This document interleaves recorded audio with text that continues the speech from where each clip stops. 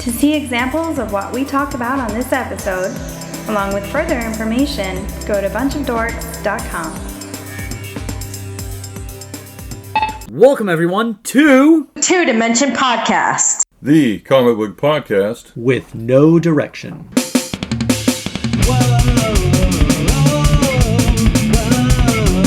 Two-dimension. Two-dimension. What's up, everybody? You know that song, you know this voice. It's Rook. And sitting right across from me, it's the man himself, Mr. Don Moore. How you doing, everybody? Man, it is fun. I love it when we're actually sitting here together. Yeah. You know, I got little tables out, so we're like right here. We got all the books stacked up, ready to go. Well, I don't even have books. I have boxes.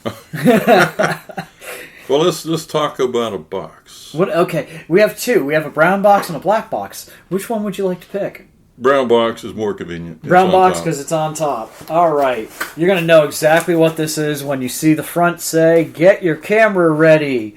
Worst unboxing ever." That's clever. Once again, this is issue 3 of Worst in Mayhem. They do that again with the box.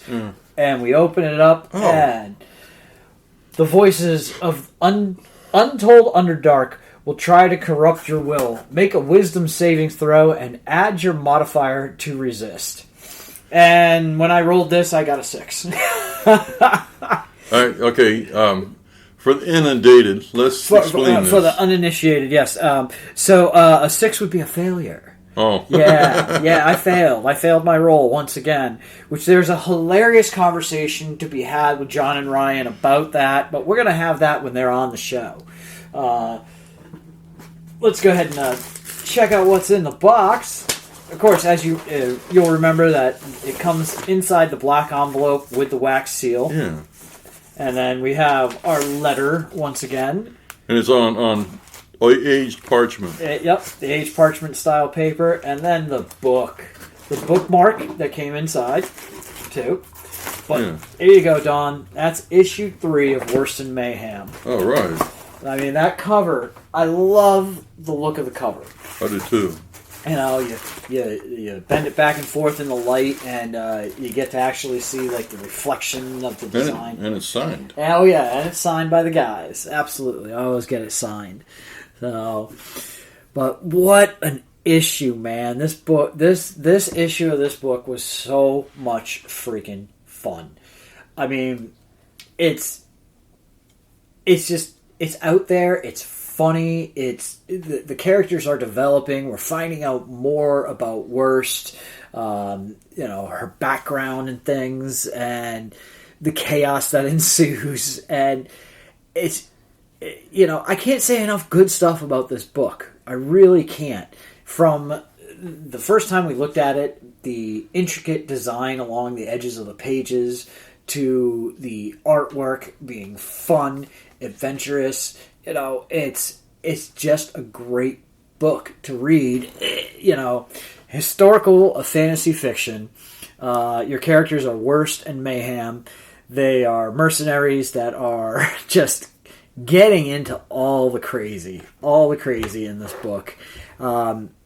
There's definitely development in the storyline.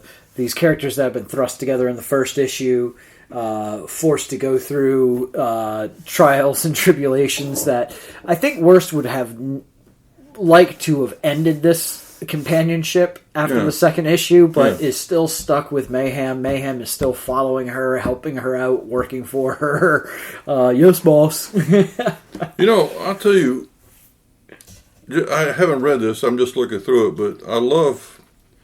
They always talked about the border. Have this neat border. And we have talked about the show, but as the story goes on, a bard is basically telling you about it. Oh, yeah. Yeah, that story device in this issue was so great. But the bard, he's standing outside the border. Yeah, and it's page after page of the bard in different positions, basically narrating the story to you while the actual comic is inside the panel. Yeah. It's just such a neat idea to do. Yeah. And he starts doing the whole rock star thing. Yeah. Oh yeah. The Bard is just jamming out over there on the side panel, man. He's having a good time. And I love these creatures. Oh, the little demons, those guys are so great. Yeah, and two ending pages. Oh yeah. Yep. Well, then we've got the back matter story too. Yeah. So I mean, it's just what I really like is at the end of this book, it's not a promo for issue 4. It's a promo for issue 3.5. Yeah, which, if you're a D&D player, you get that joke and I think it's freaking hilarious. All right, for a non-D&D player. So when they went to 3rd edition, they didn't go from 3rd to 4th. They went from 3rd to 3.5. Okay. And there's a current gag that like this new edition that they've just put out is not 6th edition. It's more like 5.5. So that's kind of the gag. Well, I'll tell you, I like this because they thought through everything. Like everything. The first page, it says story by, John Eddington and Ryan Crowbaugh. And then it has a space for their signatures on it. I don't know. It's like everything's planned out and thought out and really well designed. And it's part of the whole storytelling thing to it. Just like all their packaging. Which, yeah. And this bookmark, I mean, that is a nice big bookmark. That's great design. Yeah. Dragon on top, worst mayhem in the Bard. I mean, it's just... Yeah, hanging on a rope off a cliff. Yep. And it really fits the bookmark. Sweet. Yep. Yeah. It's a great package. It was a great day getting this. Ryan and I were chatting a little bit on Facebook when it arrived. We've got. I can't wait for them to come to the show because we've got a story to tell about my package that got delivered. We'll leave it at that. Y'all look forward to that episode coming soon. Sweet. Don, you have a stack of books at your feet. Okay, the first one I want to talk about. I saw this on Facebook. Most of the things I find are on Facebook these days. I like the cover drawing. I always downloaded and saved it, but it just kept popping up, and I found the skill you want. Say enable skill name. You can also enable Alexa, stop. skills in the Alexa app and from the Alexa Skills Store on the Amazon. Alexa, stop. Enable Alexa skills in the Alexa. I'm not quite sure how to help you with that. Select skills and games. Find a skill you want and select enable skill. Or Alexa, ask stop. Alexa to open the skill. Stop. Damn thing. This never happens on Star Trek. Right? Hey, Dallas, you're going to have to edit this part. No, leave it in. That's kind of cool.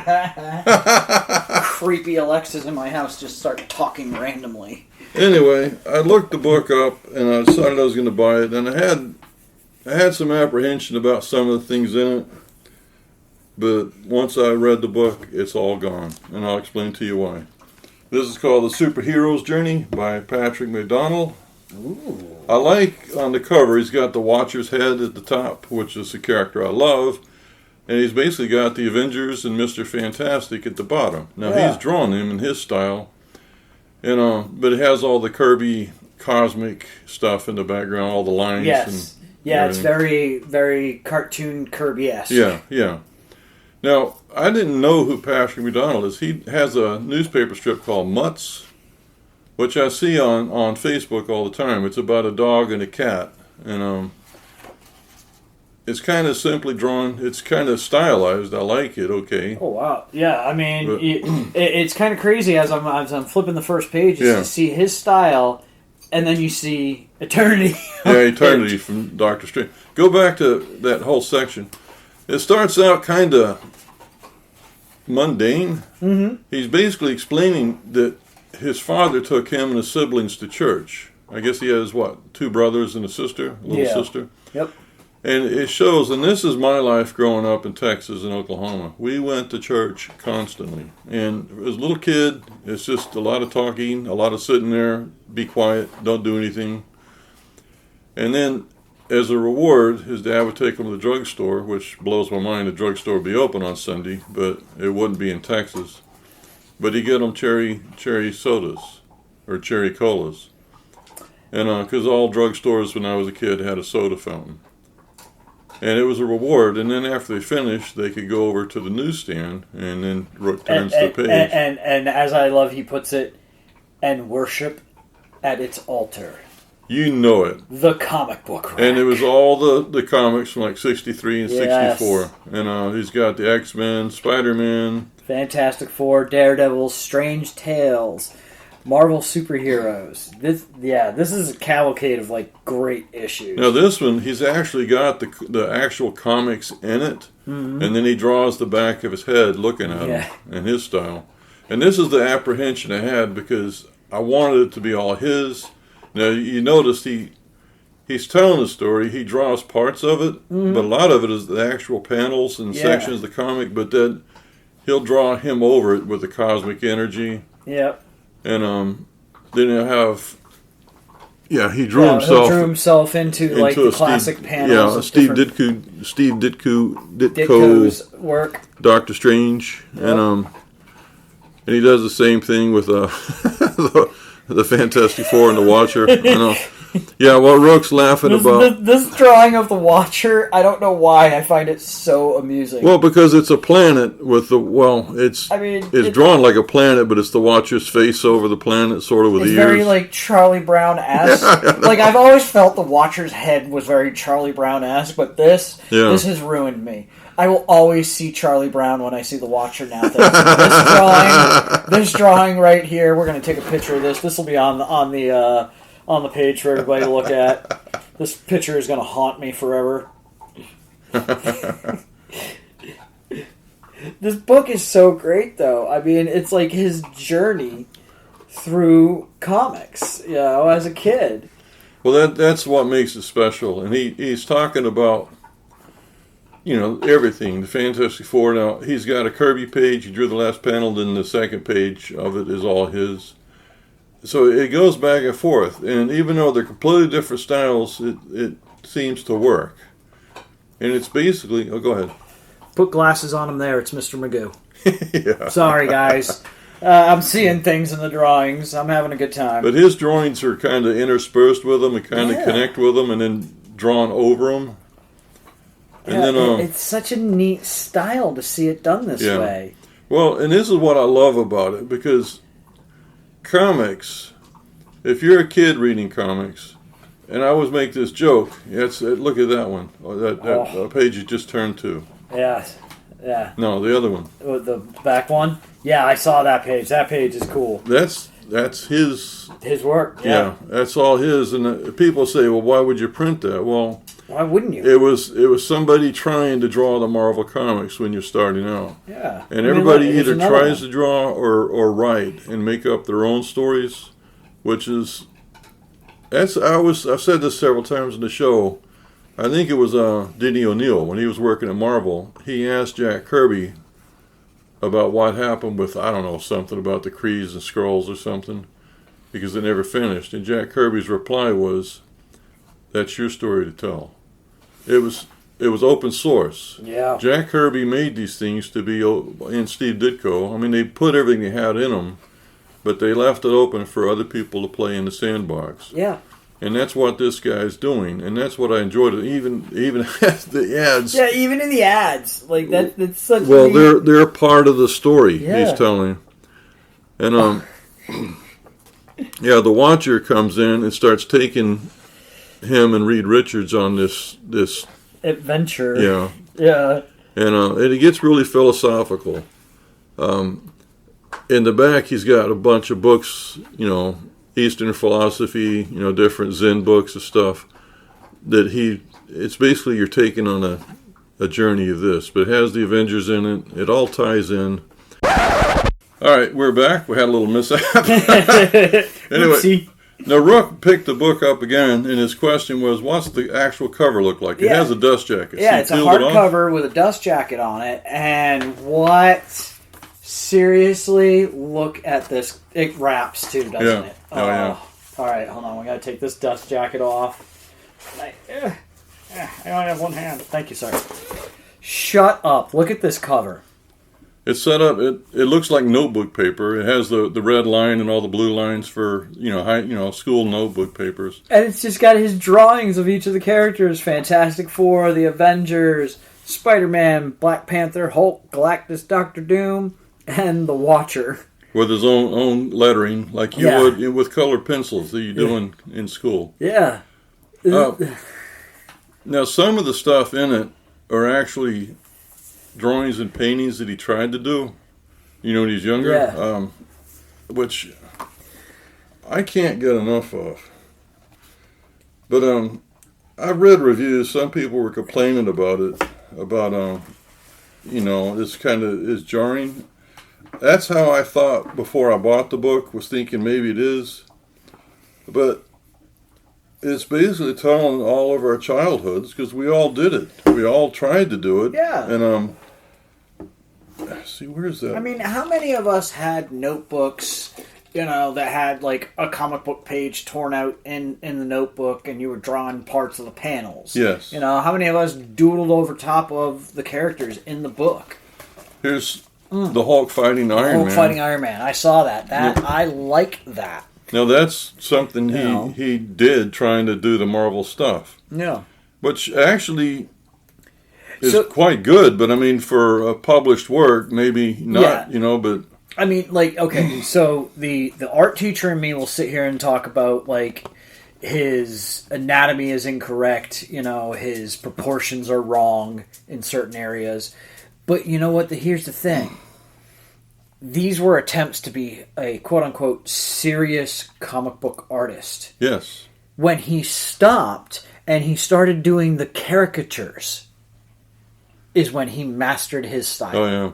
His caricature style is far superior than his attempts at actual, like, anatomies and proper drawing. His caricatures are so friggin' awesome. I mean, like, I'm absolutely in love with the Watcher in this book because he looks wildly ridiculous. This is a storytelling device, what Rook is talking about, because he's got the actual Kirby work. Yeah.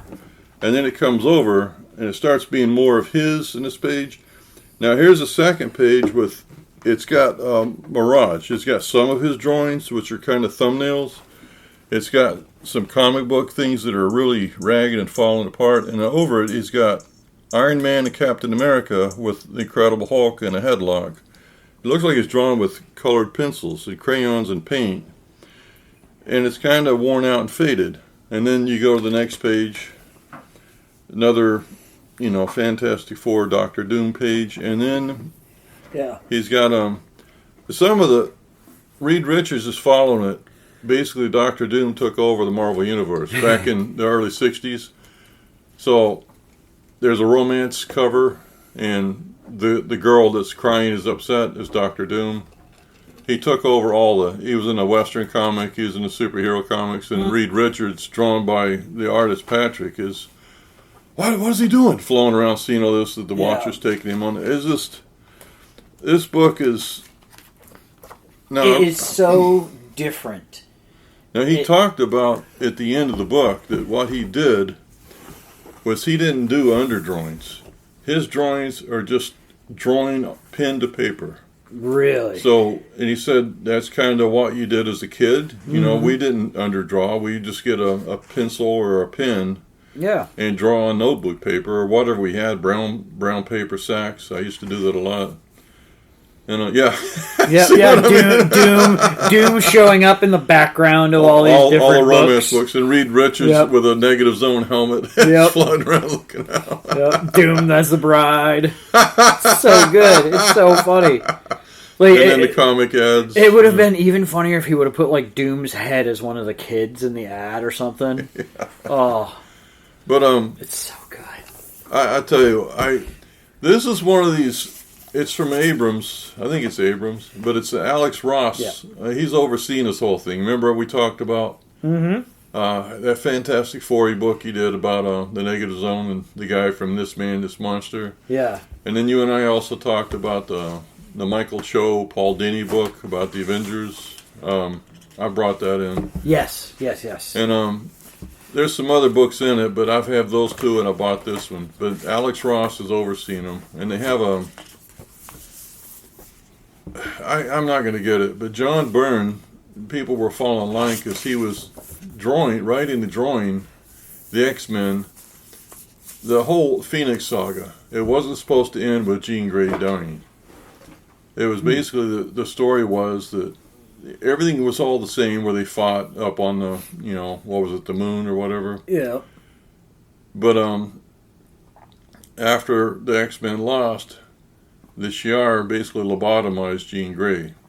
And there was when I was in college, I see the drawings that John Byrne did for the pages, and the X-Men were really upset, and yeah. Alondra, the Empress, was saying, is there anything I can do? Says, have you done enough? And they're mad. And then they had pictures of the limousine taking Jean Grey away, and it showed Wolverine crying, you see. And then there was a splash page for the next issue, and it was Cyclops in civilian clothes and Jean Grey, and she's childlike, putting her hand in the water of a brook, and it said All Our Yesterdays was the title. And that's where it was supposed to go. Well, what happened was when Phoenix became Dark Phoenix, and she went through the universe causing mayhem, she destroyed a planet. Yeah, the broccoli people. Yeah, the broccoli people. I was going to say that. Yeah, it just stays in your mind. Yep. But Chris Claremont didn't write the broccoli people. It was just the planet destroyed. But John Byrne, when he drew it, he added the broccoli people, which I thought was awesome. Which is hilarious when they show up in Quantum Mania. Hey, I guess somebody had told me they were based off something from the Avengers, an early Avengers thing. Yeah, I've seen a history lesson video on where they came from, but I don't. I think they're similar, and I'm sure that when John Byrne was drawing, he was trying to draw things that he'd seen in Marvel. But anyway, now I hear different things. I know that no matter what story you hear, Jim Shooter finally said, well, if she killed a planet full of people, she's got to die. It has to be Rah. So instead they made it a double issue, which is really interesting because I bought it and it was a regular issue. It wasn't an annual, it wasn't a special. It was a regular issue of X-Men, but it was a double-size issue. Mm-hmm. And then it seemed to me like it didn't come out another month. And I was at the comic shop. This is back in, 79, 80. Mm-hmm. And I asked the guy at the store, is X-Men out? No, it's because they did that double issue. So it wasn't an annual or special. It was a regular issue. But anyway, Jean Grey died. Chris Claremont spent the rest of his career bringing her back. Yeah. But the magical reset button. Anyway, John Byrne, I don't know if somebody asked him or brought this up, but he started writing and drawing in pencils, and they were posting them online. I'd seen some, but he was retelling the story of what would happen after that. And people always said they wish they put it out. Well, it's out in one of these books. And he got somebody else to ink it and color it. And the cover looks nice, but it's the modern John Byrne style. It's not the style that we knew from the X-Men. And I guess it's supposed to be more than one volume, but the first one's out. I've seen people on Facebook hold it up. Some of them are professional cartoonists. Okay. But it's I'll have it on the blog if you want to look at it. But that's one of the Abrams books. And there's some other Abrams books they have, but I guess Alex Ross is overseeing the thing. He did the first one. Right on. But yeah, no, this is such a cool book. I mean, I got a kick out of this because it's, like I said, it's different. And that's what I'm missing in mainstream is different. Yeah. It's been so stagnantly the same for so long that it's hard to find something that's like wildly different, and this is wildly different. I dig it. I dig this a lot. I did too. Actually, I started following Mutts on Facebook. Did you? That's awesome. It's not a, some comics like Far Side, Calvin Hobbes, I run out by the books. I want them. Yeah. Mutts, I mean, I want to like it more than I do. I do think it's a neat drawn Zen style, and even before I saw this book, sometimes it catch me. That's kind of neat. But this one, and like I said, I've read reviews on League of Comics Geeks, and I see where the people are coming from when they're saying, I don't like how you're juxtaposing, why are you messing up the other art? But I think they're missing the point of the story. Yeah, they're missing the concept, the idea of what this book is. The juxtaposing his art over top of the original and replacing his art over top of, character heads and things like it's a commentary. It's his story to tell. Yeah. Through his eyes, and this is what he saw as a child and as an adult to create the story. I mean, you either look at it and you respect it and understand it, or you just put it aside and just move on.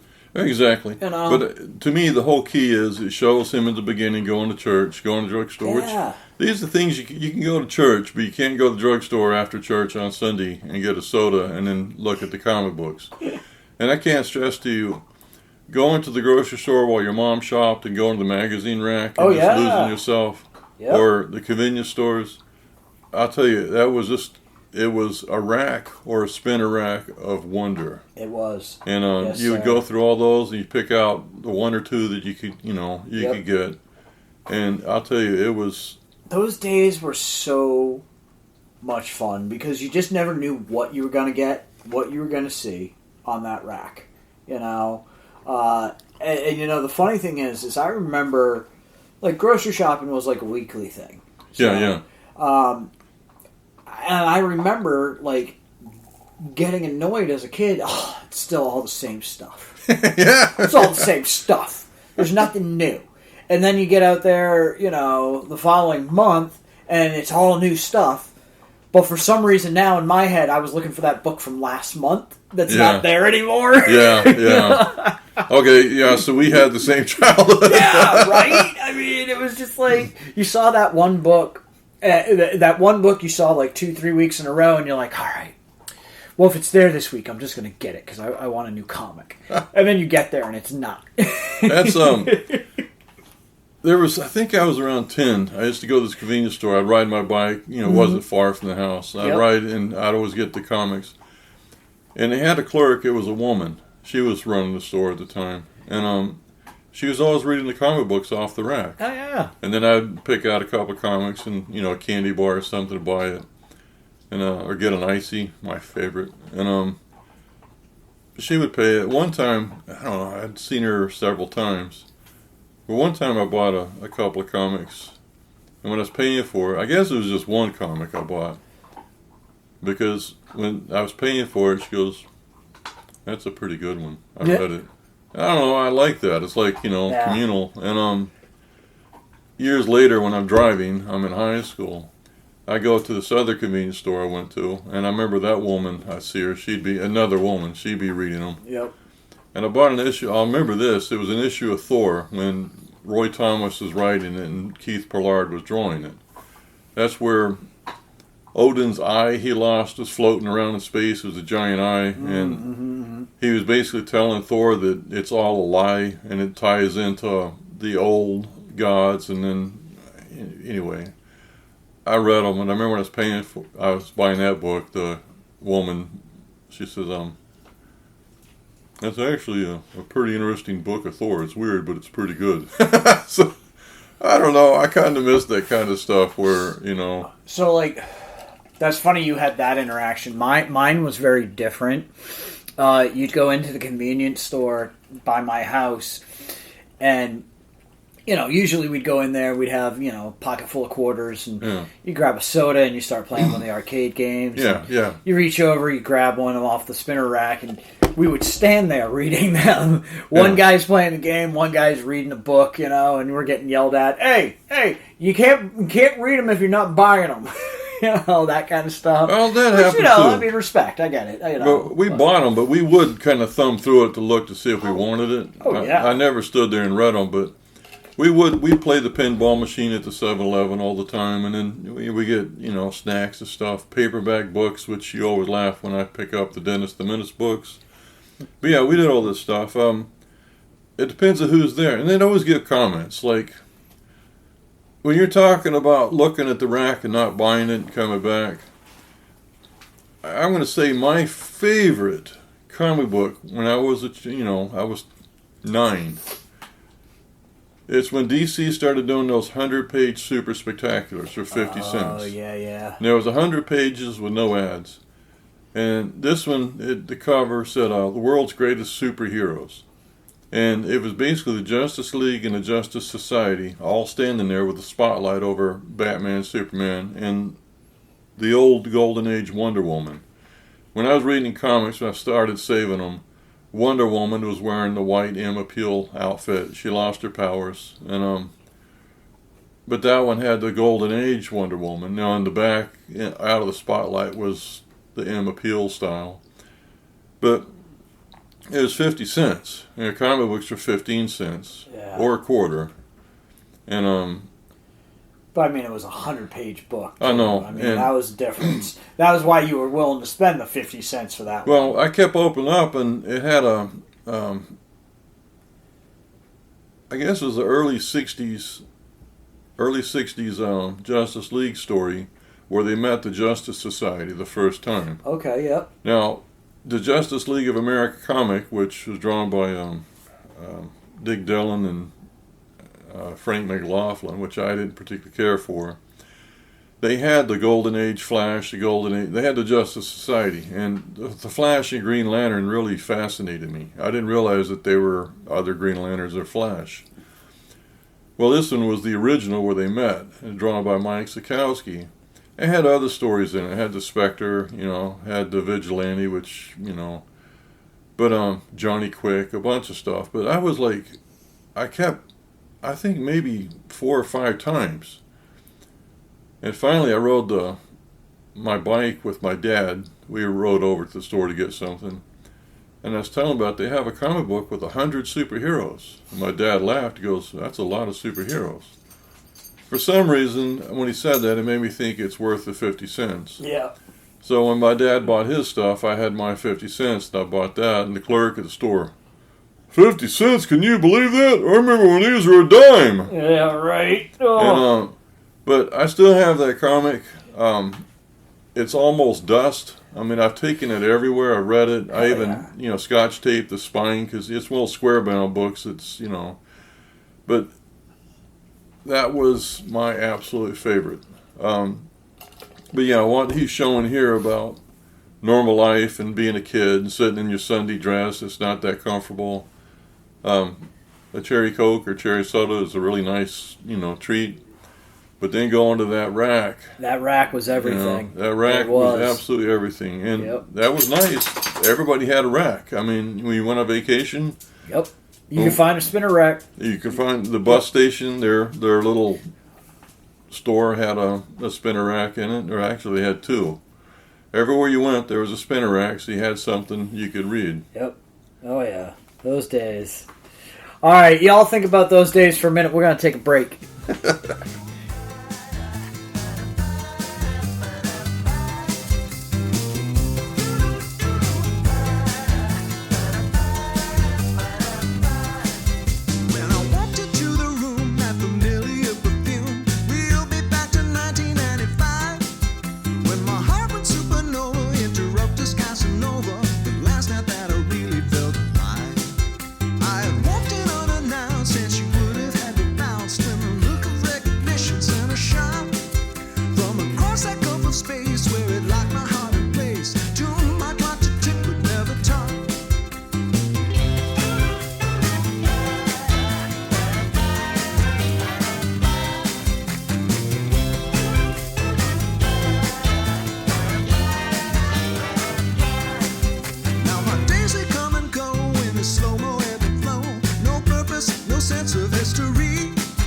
Like a tuneless overtone and a broken metronome. Out of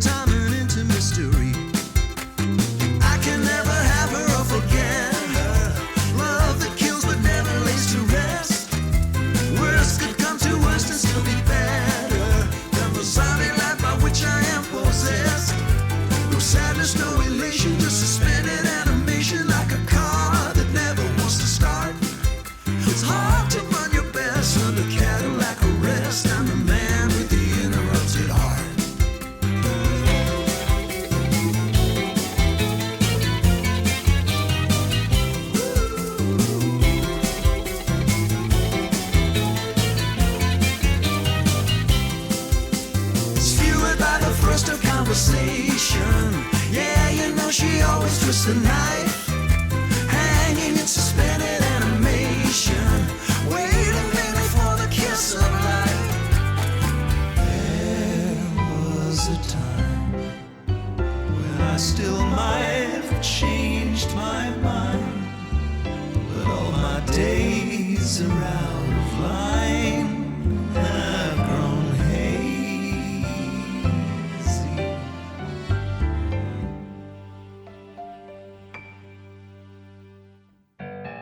No time ticking, second hand is sticking. I'm the man with the interrupted heart. Calendar in limbo, so bent akimbo. The man with the interrupted heart. No time ticking, second hand is sticking. The man with the interrupted heart. Calendar in limbo, so bent akimbo. Man with the interrupted heart. I'm the man with the interrupted heart.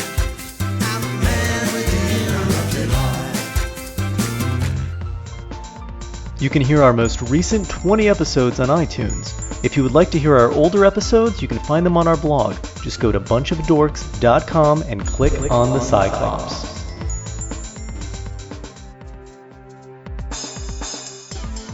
Joe Dimension can be found on iTunes and Stitcher Radio. If you like what you hear, you can subscribe, rate, leave a review, tell a friend, or like us on Facebook. Thanks for listening. All right, that was The Man with the Uninterrupted Heart by Steve Robinson and Ed Wittell. Yes, they've done yet another album. You can go to the Bandcamp page on the link and listen to the entire album, and that's one of my very favorite songs. Anyway, Rugg just picked up a book on the pile. Tell us what it is, boy. Man, I've wanted to read this. It is from DC, New History of the DC Universe, The Dakota Incident. The cover picked me. It just caught my attention. And, the store I go to, everything's bagged and boarded, so I got my phone out. I looked it up, and I said, well, the artwork looks pretty good, so I bought it. This is a kind of a thick comic. It's $5.99.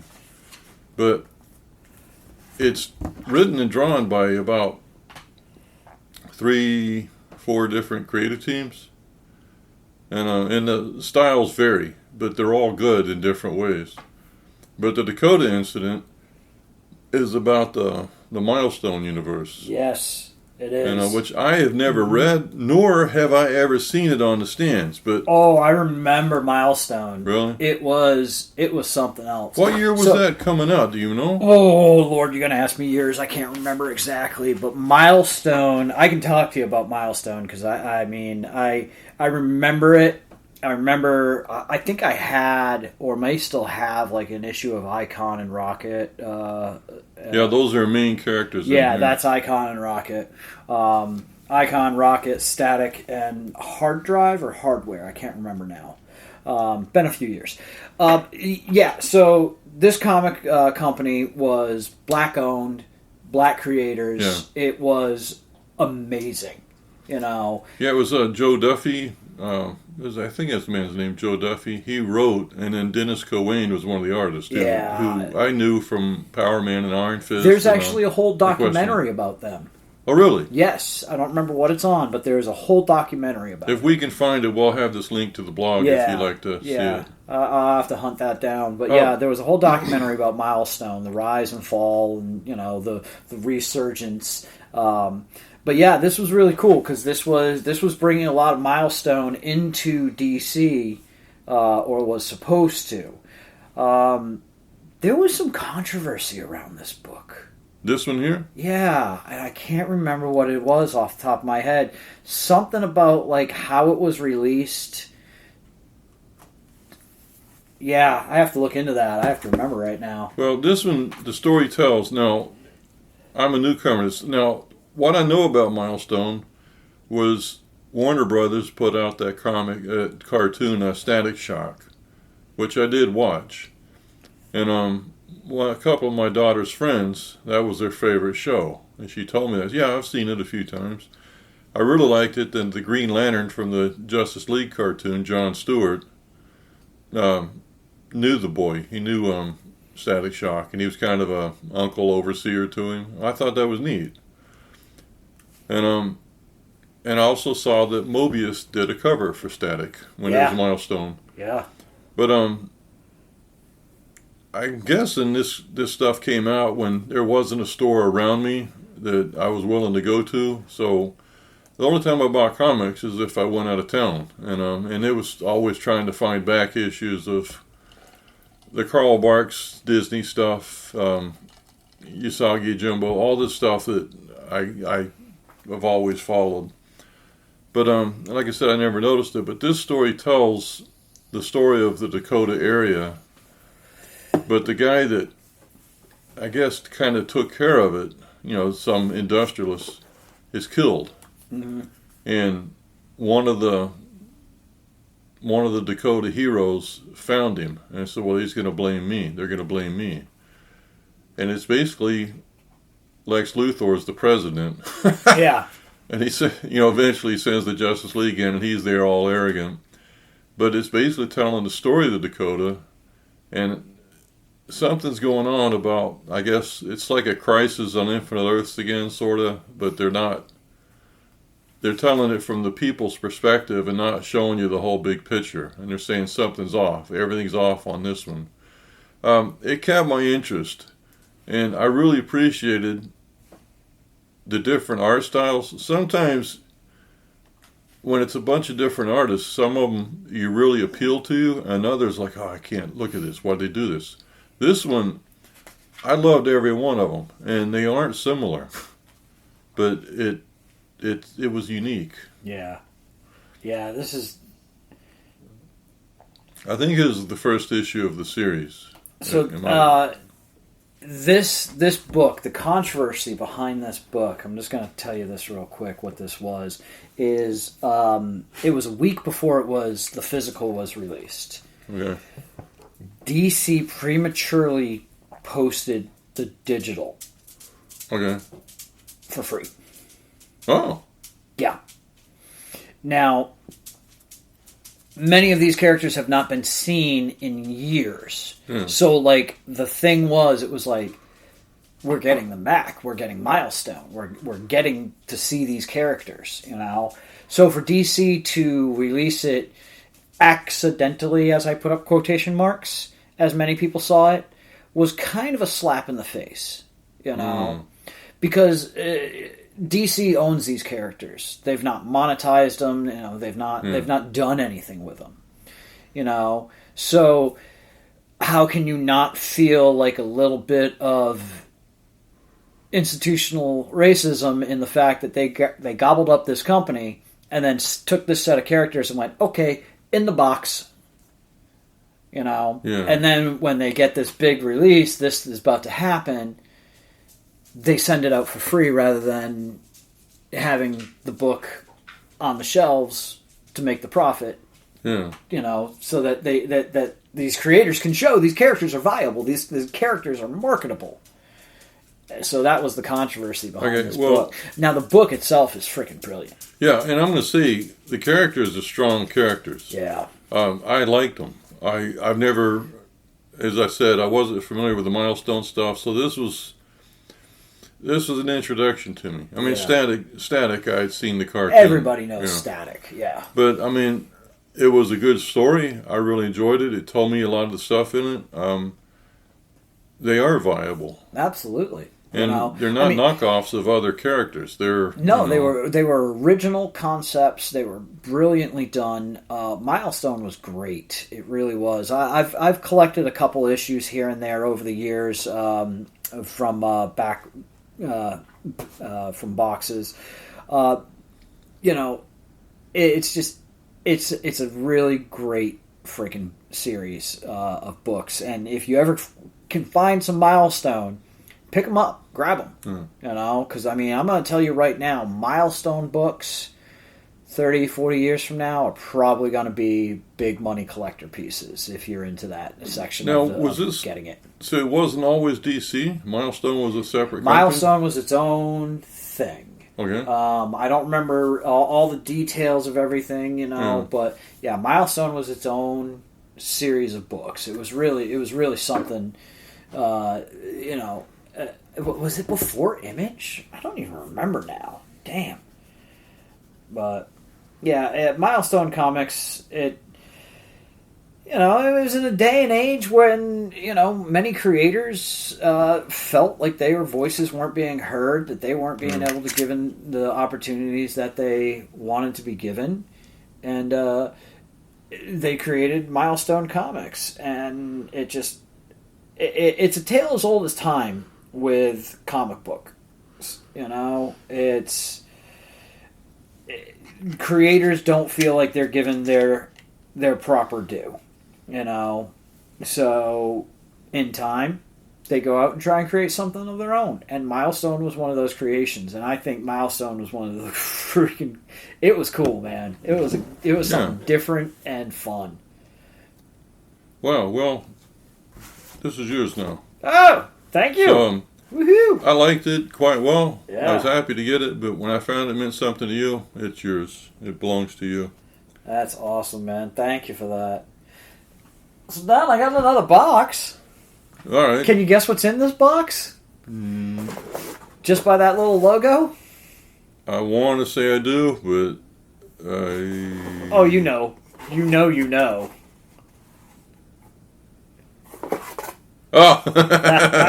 Path of the Pale I was thinking. The problem is with that book, I've always got apprehension, so I don't ever want to say yeah or no. You're like looking at that symbol on the box going, yes, I know the symbol, but I don't trust you that's what's in the box.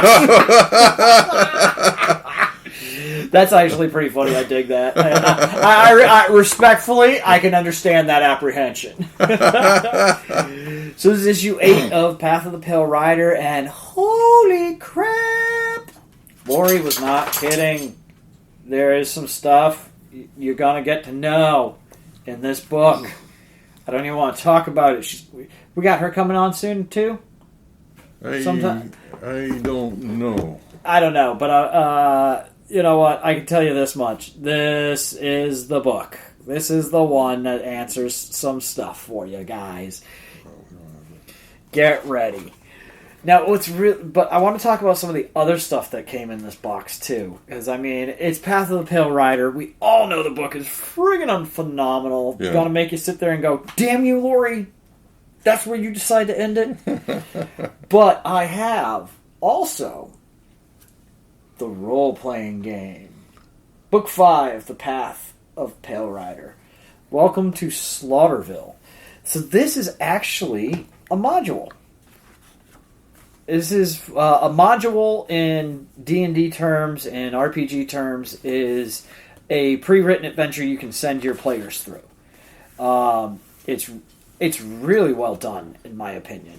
You have your different locations, you have an overview, NPCs, clues, fallout from the actions, all these different things that you can run your characters against.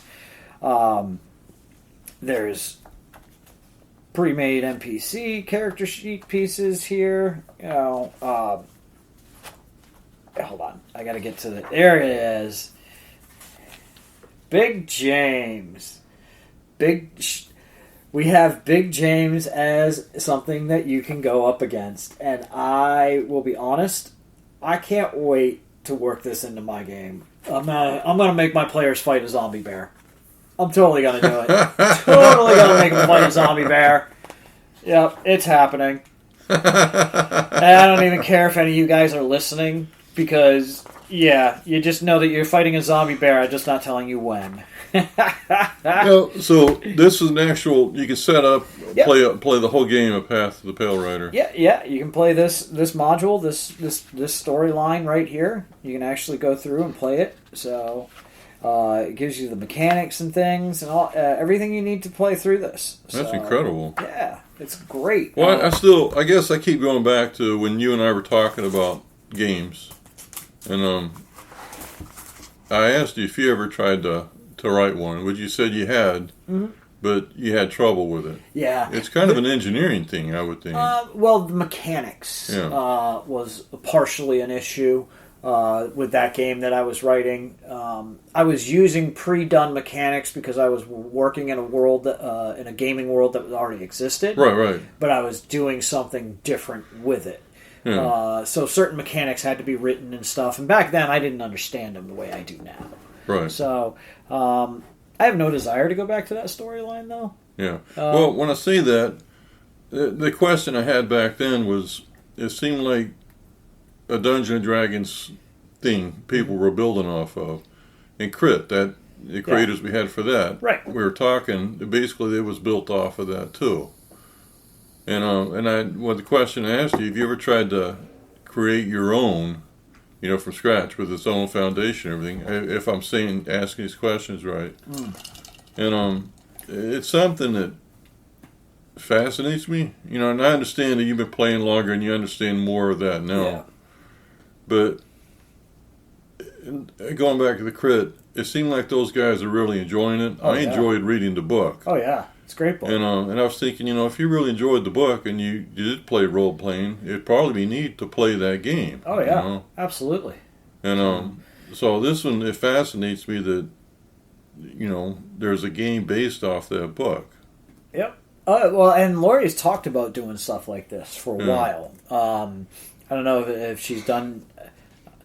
Here's the problem. I've had so many conversations with her on the side as well about doing this. I don't remember if we talked about it on show or not, but this has been an ongoing conversation, so I'm really, really happy to see this in the box. This is going to be a lot of fun. But then, in typical Path of the Pale Rider style, you get so many other goodies in your box. I mean... Is that an air freshener? That is an air freshener. That is a Path of the Pale Rider air freshener. I have not opened this yet, Don. Would you like to try it? I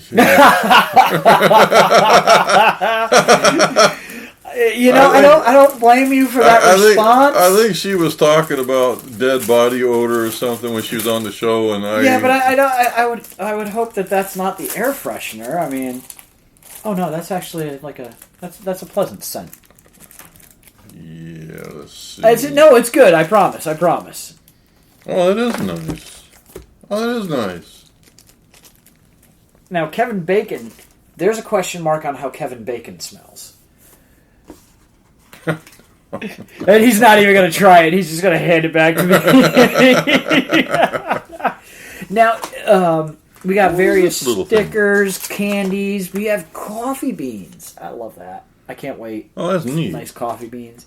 Yeah, you zeroed in on that. I almost missed this in the box. That is a little miniature book. Yep. Yeah, it's the cover. It's a miniature cover. When I was a kid, gumball machines, you could get mini Marvel comics. Really? Yeah, I'll post a couple pictures online because people collect them. But they're that size, but they're actual, maybe 6 pages. Yeah. But they had, Thor, Spider-Man, stuff like that. It was like a colored paper cover with black ink over it. And then you'd open it up and it'd be I never had one, but I've seen them online. I'll post it. But they were that size. Hey, guess what Kevin Bacon smells like? Bacon? Bacon. Yeah. Yeah, well, the green color on it kind of threw you off. Turned me a bit.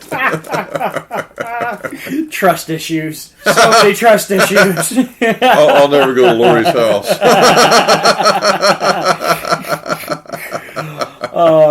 Now, in all the prior campaigns, there's been the cards. Yeah, and she gave you a box. And there's a box and here's what I love about the box, though. The box is big enough to keep the cards in their plastic. So I have to go into my cabinet to get the rest of the cards out so I can start putting them into the box. I really like the fact that there's a box. Because I've had all these cards in one spot in my comics cabinet. Yeah, I'm just thinking about how many campaigns you have to finance to get the full deck. You know what? I'm okay with that, Don. I'm okay with that. One of the neat things that I like about this box is the bottom of it. Read that. Remember, swords don't run out. Swords don't run out of bullets. That's a friend of ours. He was teaching special forces up in Washington State. He's another Arnis guy. But that's one thing he brought up. Supposedly, one of the vice presidents at my company I worked for, during Vietnam, he was a commander of special forces. Now, sometimes I question that, but yeah, he was. I don't know. Anyway, at one point, something happened at work at night, and I had to take care of it. And then I went up to Carpet World one day, and that's all people were talking about. And they found out, I was, martial artist. Anyway, this executive vice president came and talked to me. And I knew the stories he'd tell me about Nam and everything else, but he kept asking me questions, and I was answering them. And then he said he found out we did a lot of blade work at the school. Well, that was the style. But he said he was told, he said that the special forces are doing a lot of knife training. Mm. And I said, you didn't do that when you were in? He goes, I would rather have a 45 in my hand. Which, you can't. But anyway, this guy, a friend of ours, was training special forces out in Fort Smith in Washington State. And he was talking about your gun, you can run out of bullets. And you're in a foxhole. I says, you always have a blade. Yep. And so they are trained. I still use, 45s and stuff, but yeah, I don't know. It's what she said. That is true. You can run out of bullets, but you'll always have a blade. Yep. As long as you're close enough. Yeah, well, that's part of the problem, You got to be close enough to use that blade. But just another amazing delivery from Lori and Path of the Pale Rider. I mean, and this box. This box is going to get reused, turned into... Yeah, it's a keeper. Oh, yeah, turned into a D&D box, for sure. The box is black with a white skull printed over it with the mark on the top and the forehead. And the interior. Yeah, thank you. With the big thank you print on it. It's really nice. That is... Boxes like this definitely get kept. This is something that needs to stay. And I'm probably going to be storing all the little goodies. Oh, yeah, that's a good box to keep for all the Lori Calcaterra stuff. Yep. And then, of course, I also got some hot sauce, which is already in the kitchen and being well used. I mean, let's face it. That's the box the hot sauce came in, but can't leave it in the box. How to use it? It's so good. Mango habanero this time. Oh, yes. All right, this is something sent in. The creator wanted us to talk about it, and it's Milling Witless by Bal Rogers. And you can just slide it. It'll show the rest of the book. Oh, yes. Okay, so you do know. Yes, all right. For a second I'm like, huh? Because I dove into this. I'll be honest, I didn't look too much at the opening pages. Yeah. I just dove right into this. This is so freaking wild. Just to let the cat out of the bag, Bal Rogers is actually Raj, who we've had on the show, did the Council House. Council House is 15 issues, and it's finished. Beautiful series. Absolutely beautiful. I was really shocked at this one. He, using a different name, and I thought clever, and the artwork is radically different than Council House. Yeah. And, I mean, it's like when you see Mobius. Mobius had a lot of different styles. And I had a Mobius art book at work one time, and this one woman looked at it and said, that's not all the same artist. Yeah, it is. Yeah. But you can tell it's Mobius, even though it's different. It's the same with this one, but this is radically different. But he certainly has a command of that style. Yeah, he does. I mean, and now he made a comment about how he assembled this. About like it's like these are drawings that he assembled. That like this wasn't a singular page. Like a collage. Yeah, like a collage of his work. Do I remember reading that? you possibly did. I can see where it's coming from Yeah. because it's not. It's really rich, but it all fits together. So even though if he did compile the drawings together, I do know he's not a computer guy. I'm No. sure he's done it, but he doesn't. When he comes on doing the podcast, he basically said his wife makes him do these things. And he said he doesn't do social media. He doesn't, do email or anything like that. Yep. But she supports him and wants him to get his story out there, Right. so she makes him do shows like that. Yeah. And but I mean, he's an analog guy in a digital world. Yeah. And but this. But the style, and the color. I look at the styling and the color of his work, and it's... If there are artists working digitally that can come anywhere near this style, kudos to you, but I don't think this is a style that can be done digital. Not properly. No. This is not a style of work that you can doodle up on the computer the way you can and translate it on pen and paper. Yeah. And Raj has got just an extreme command of this. Beautiful work. Yeah. I mean, and it's so different, so unusual. Like, every time you look at a panel, you're going to notice a little weird something different, little eye catcher. That. Like, I didn't even notice that bird. Yeah, it's the style. I don't have a name for the style, but there was a lot of animation they were doing on Cartoon Network. There was a show called it was I guess 5 episodes called Over the Garden Wall, which I absolutely love. But it's like an old English style of storytelling where it's like a lot of different things all going together and kind of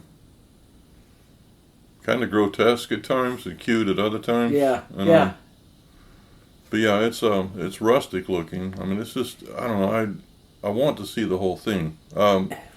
This is a Kickstarter campaign, and I don't know if it's still going on. I'll have the information on the blog. But actually, I'll say this.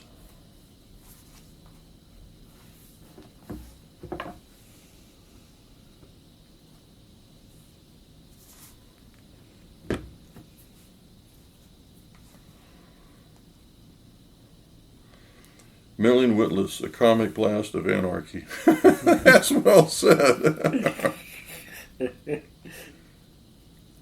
And it is kind of anarchist, styly, compiled and everything. But your eye's gonna go through that page and look and see things. So much fun, so much different each time.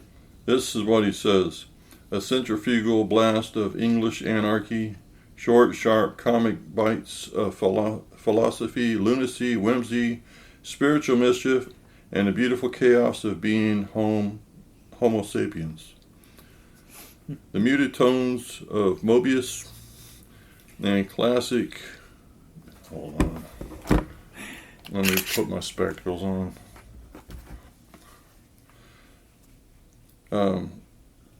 The classic bande dessinée, that's the French for the ninth art, which I don't know if I said it right. The playful reality bending of George Harriman, the fleshy grotesque of Dave Cooper, and the truth-revealing distortions of Patrick McEwen all echo through the pages, shaping world where humor, surrealism, and psychological oddity coexist. That's well said.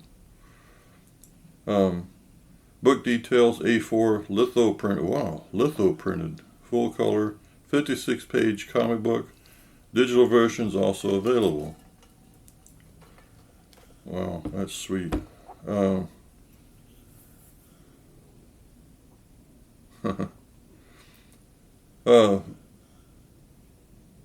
was hoping it would say something about Well, we'll have a link on the blog for everybody to check it out. That's for sure. But it's, like I said, the Cancel House was fantastic. And 15 issues, but I'm really shocked that this is the second one he's pumped out. And it's absolutely beautiful. Absolutely beautiful. All right, one more. This one. I'm watching Don look back and forth between his stacks to decide. Okay, this one, nothing but apprehension on this. And I said I'd never read them, and I have. And I was at Sound Exchange in Tampa, which it's a music store, but they have some comic books. Mm-hmm. So I was just there, and they had a 99-cent box. And Don picked up... Oh, really? Before Watchmen issue 3 and 4. The Minutemen. Oh, the Minutemen. By Darwin Cook. The Minutemen from the Before Watchmen. Now, I was shocked when DC, a comic podcast was saying DC is going to put out Before Watchmen, and everybody was flabbergasted because Watchmen is something, it's hallowed ground. It's a sacred cow. Yeah, at 100%. Now, when they were carrying on about it, and then somebody at some point vaguely mentioned Darwin Cook was involved, and there's another one I couldn't quite see. And because I love both Darwin Cook and Alan Moore, but I never think of Alan Moore when I read Darwin Cook. And although I was told by a guy that has a really awesome blog that used to do with Marvel Comics, can't think of his name right now, but Alan Moore doesn't want to see any more American comics, mainstream comics. And but the guy had mentioned to him about, I guess, the New Frontier. So he sent Alan a couple, and Alan reluctantly looked at it, said, "You can send his stuff to me." And so Alan Moore liked Darwin Cook. Anyway, when this was all announced, Alan Moore asked people, he says, Dave Gibbons wasn't happy about any of this either, but Alan Moore asked his audience, please don't read it. And I remember him saying that. If you do read it, please don't read any more of my work. Yep. Okay, well, I wasn't going to read it anyway. I was shocked when they showed the covers of the books, and like Dr. Manhattan was drawn by Adam Hughes. By this time, I only saw Adam Hughes do covers, and the cover was beautiful. Now, Darwin Cook, I guess, oversaw the whole series and all the different titles, but he wrote and drew Minutemen, and he wrote, what was that, Silk Spectre, that I think Amanda Conner drew. Now, I found the 6th issue of Minutemen at the dollar box somewhere, and I bought it, and I read it. I was shocked how he picked up a lot of things in Watchmen that you kind of miss when you first read it, and when you read it 50 times, you start, oh, yeah, it's this, you know. He seemed to have it right away. And so I read that, and I was kind of shocked. There was a podcast out of Chicago that 2 guys were reading all the Before Watchmen stuff, and then they talk about it, tell you about it. I was shocked about the comedian and how it started out. He was throwing football with the Kennedy brothers. You know, in Watchmen, he was far right. You know? And so I was, it like everything else in the Watchmen series, it's not always what you see, you know. Yeah. And come to find out, Darwin Cook, when they approached him about this, Paul Levitz, anytime this came up, he says, no, it's hallowed ground, sacred cow, like you said. Yeah. But then when he was jettisoned from the company, you know, the head ups, it says, we have this property, why aren't we doing something with it? So anyway, it happened. They went to Darwin Cook, and he says, no, you don't touch that. But later he started thinking, you know, I could actually do something with it. Well, do something with it he did. Now, I didn't buy any, I didn't read any, but you gave me the 1st and 2nd issues of the whole series because you were buying them. Yep. So I read the 1st and 2nd issues of Minutemen and the last one. And anyway, I was amazed. I mean, really amazed. It's telling the story from the Night Owl, but Mothman is a friend of his, and it's basically their story. But it talks about that one woman that wasn't in the Watchmen. She was in the Minutemen in the early thing. That woman that was wearing the Silk black Spectre. outfit. No, the woman in the black outfit. Yeah. Gosh, I can't think of her name. Yeah. Yep. Now, it tells her story, and I'm like, God, it's just a lot of stuff that wasn't in the book. It's incredible. I mean, it's some of the best work I ever read. You know, there's one more issue I'm missing that they had there that I didn't buy. So I think I'm going to get it. But like I said, I broke up. You know, the one, they're really good, and two, I'm just finding them when I see them in the dollar box. So it's incredible. Now I haven't read the other ones you gave me. I probably kind of thumbed through them, but I'm not going to get any. Yeah, yeah. I remember getting the issues, and just it wasn't. It was what I expected. It was, you know, somebody trying to rehash Watchmen with their own ideas and stories, and it just, Watchmen is one of those things where it's like, man, you don't really need to mess with it. No. The story is said, the story is done. You don't need to expand and extrapolate on it. And no matter how good these stories are, how great they are, you will never get me to do a collected volume of this, of Before Watchmen. Yeah. You know? I mean, it's just...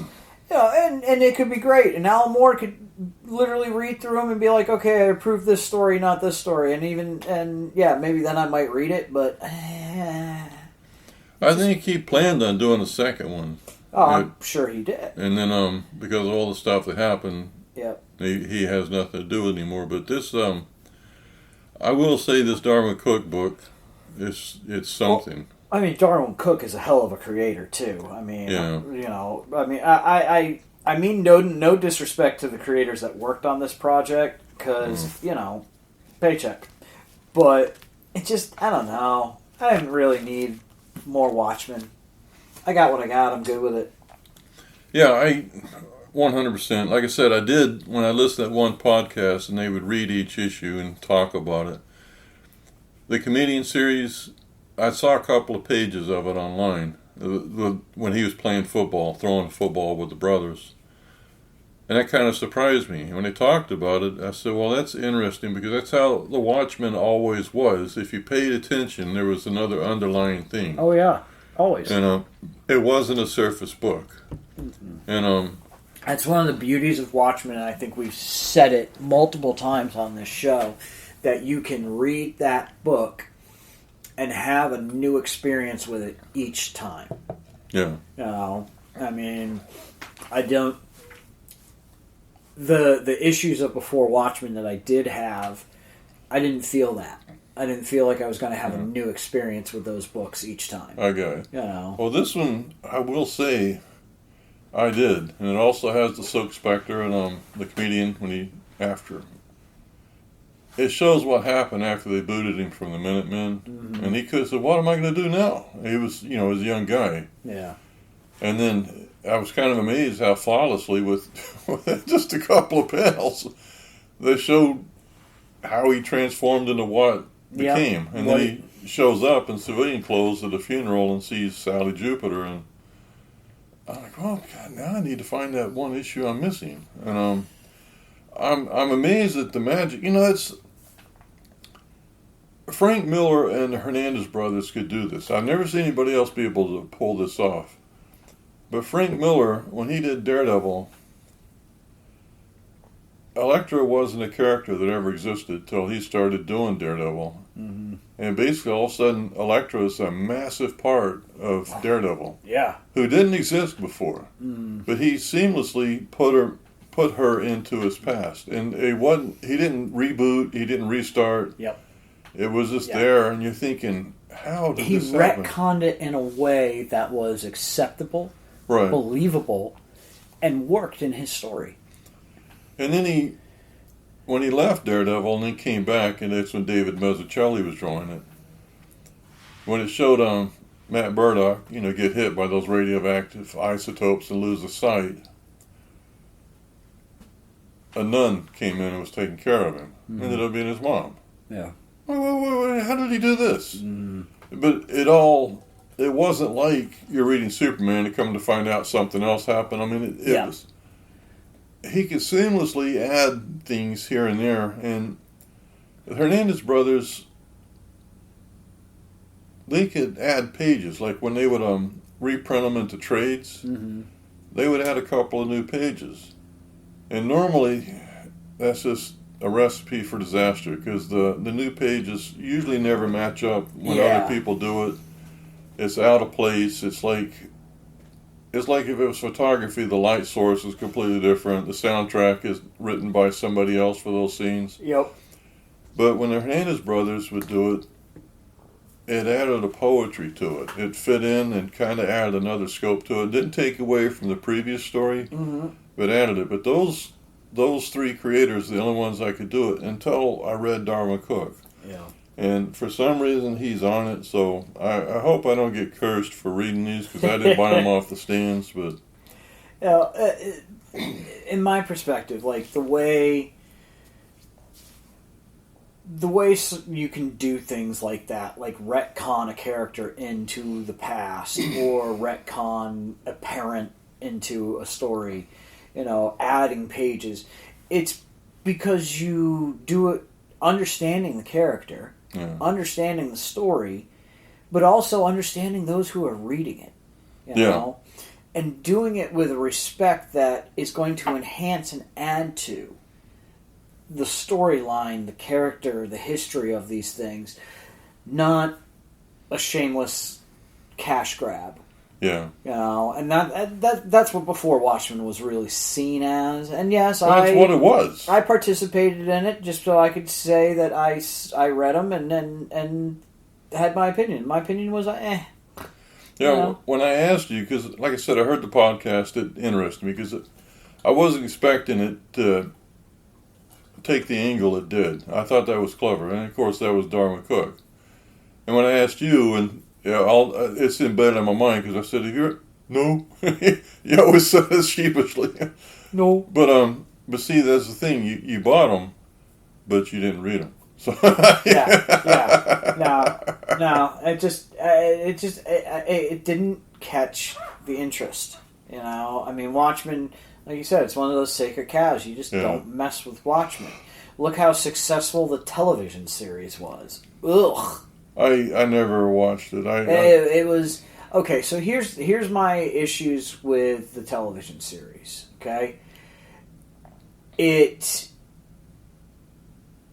addressed what happened after Watchmen in a city that in an area that was so disconnected from New York. Mm-hmm. I feel like if you would have dropped me into New York, done a crime drama in New York with the aftermath, I probably would have been more interested.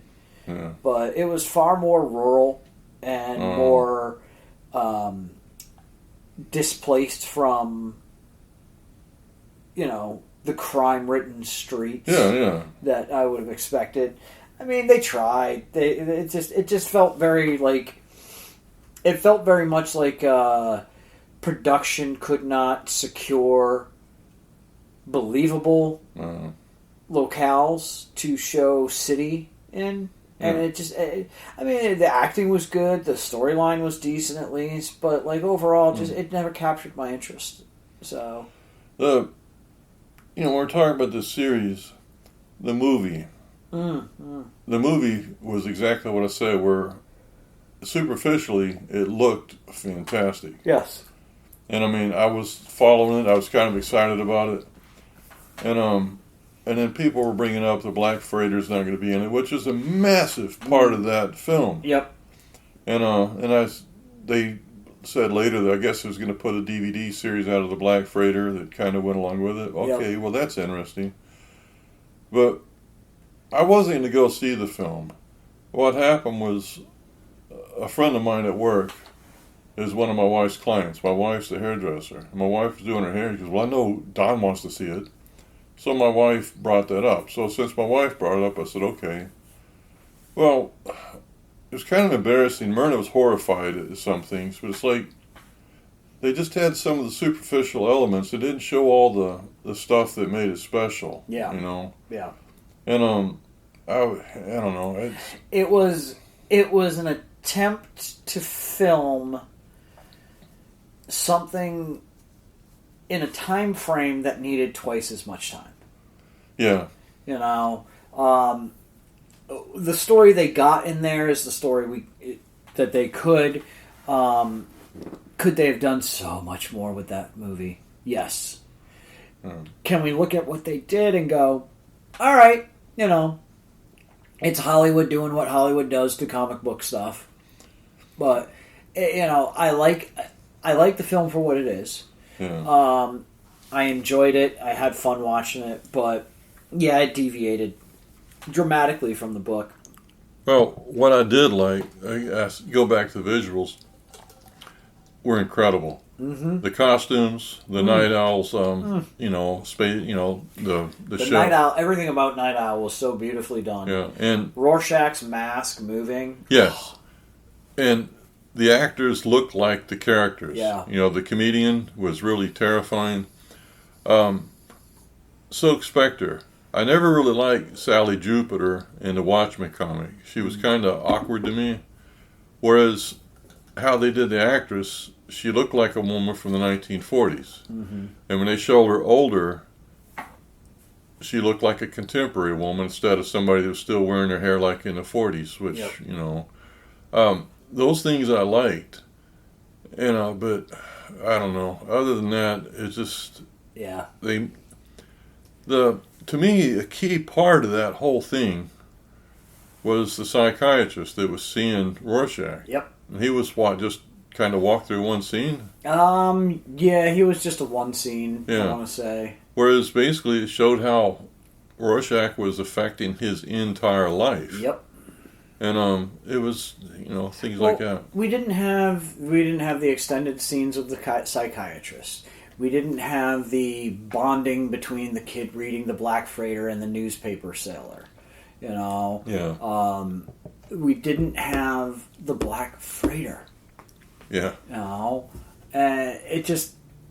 The ending, I think, and here we go, spoilers in case you haven't seen a movie that's how many years old. The ending being what it was, I don't know. Like, I get it. They wanted to modernize the ending, I guess, to make it something more. But the way the book ended was the way the book ended because that was the style of what the big bad guy would have been. 100%. But here's the issue with that. Len Wein was the editor of the series, and he didn't like the ending. And he kept telling Alan, he says, this is an episode of The Outer Limits. And Alan never seen The Outer Limits. Yeah. So Len Wein got him a VHS tape and sent it to him, or something, you know, at the time, some type of tape. And Alan watched it. And it was similar to the ending. I mean, it wasn't exactly, but it's similar. So what Alan did at the end, when all this is going on, there's a TV set in one of the windows, and it has the dialogue from that episode. And Len Wein said, well, that to me just made it worse. But he kept telling Alan, you got something so unique and so different and original than anything else, and you're spoiling it with this. Well, I had seen the episode as a kid. I watched it recently on Tubi. Outer Limits is on Tubi, boys and girls. But